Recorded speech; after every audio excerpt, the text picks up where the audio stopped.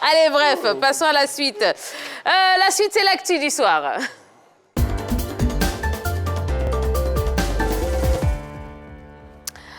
Quelles équipes accompagneront le Paris Saint-Germain et Chelsea en demi-finale de la Ligue des Champions de l'UEFA? Eh bien, on va vous dire ça tout de suite. Bon, on vous le répète depuis le début de l'émission, mais c'est pas grave. Allez, voyons ce qui s'est passé entre le Borussia Dortmund et Manchester City. Il fallait confirmer pour cette équipe de Manchester City après la victoire du match, les 2-1 face aux Allemands du Borussia Dortmund. Et les Allemands, eux, avaient envie de renverser la situation au match retour. Voilà les deux équipes pour ces quarts de finale retour. Allant le grand homme du côté du Borussia Dortmund, en face de lui, le collectif de Manchester City. Et ça va bien commencer pour cette équipe du Borussia Dortmund qui... bien sûr, comme je le disais, aura besoin de marquer et surtout de faire douter cette équipe de Manchester City pour obtenir la victoire. On va suivre cette action qui sera bien menée par les joueurs du Borussia Dortmund. Et c'est Manchester City maintenant dans le camp des Allemands.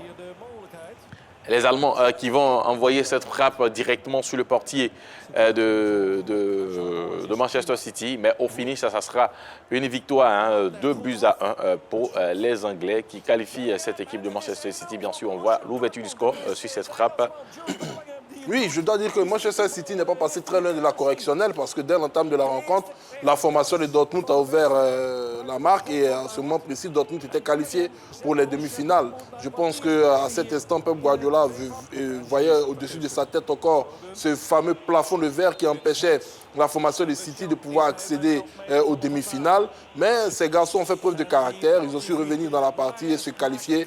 Je pense que Dortmund, c'est le clou plutôt d'une saison assez difficile avec le départ de Lucien Favre, l'entraîneur du début de saison, remplacé par un tout jeune entraîneur qui a tenté de prendre ses marques.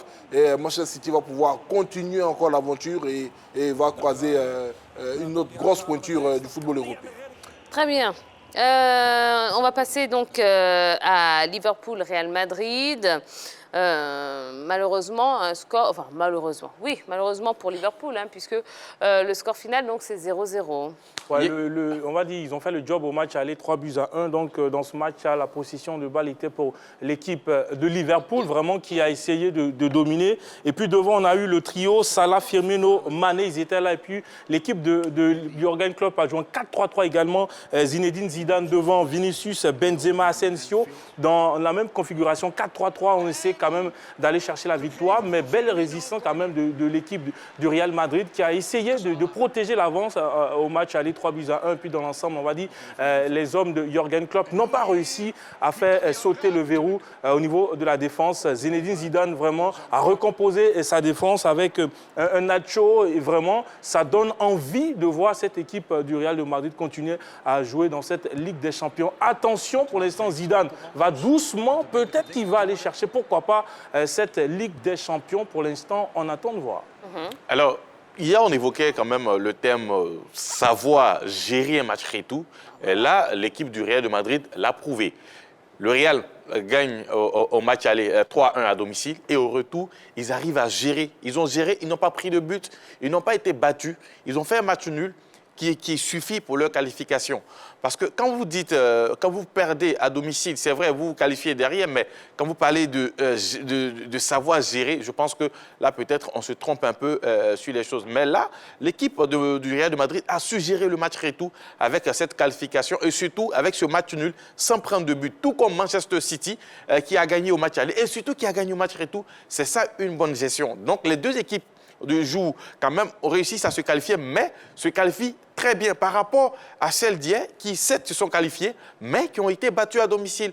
C'est ce qu'il faut gommer, en tout cas pour les demi-finales à venir, en ce qui concerne l'équipe du Paris Saint-Germain et celle de l'autre qualifiée de Chelsea. Voilà. D'accord. Très bien. Bon, ben voilà. Donc, l'information à retenir, c'est que donc, le Real Madrid et Manchester City se qualifient pour les demi-finales. Et on vous donne déjà les affiches de ces demi-finales de l'UEFA Champions League. PSG City et puis Real Chelsea. Voilà, deux gros chocs quand même. c'est ça, c'est la beauté du football, c'est la beauté de cette compétition. C'est ce qui fait qu'on aime beaucoup la Ligue des Champions. Voilà. Allez, ça y est, c'est la fin de ce numéro de la Grande Team.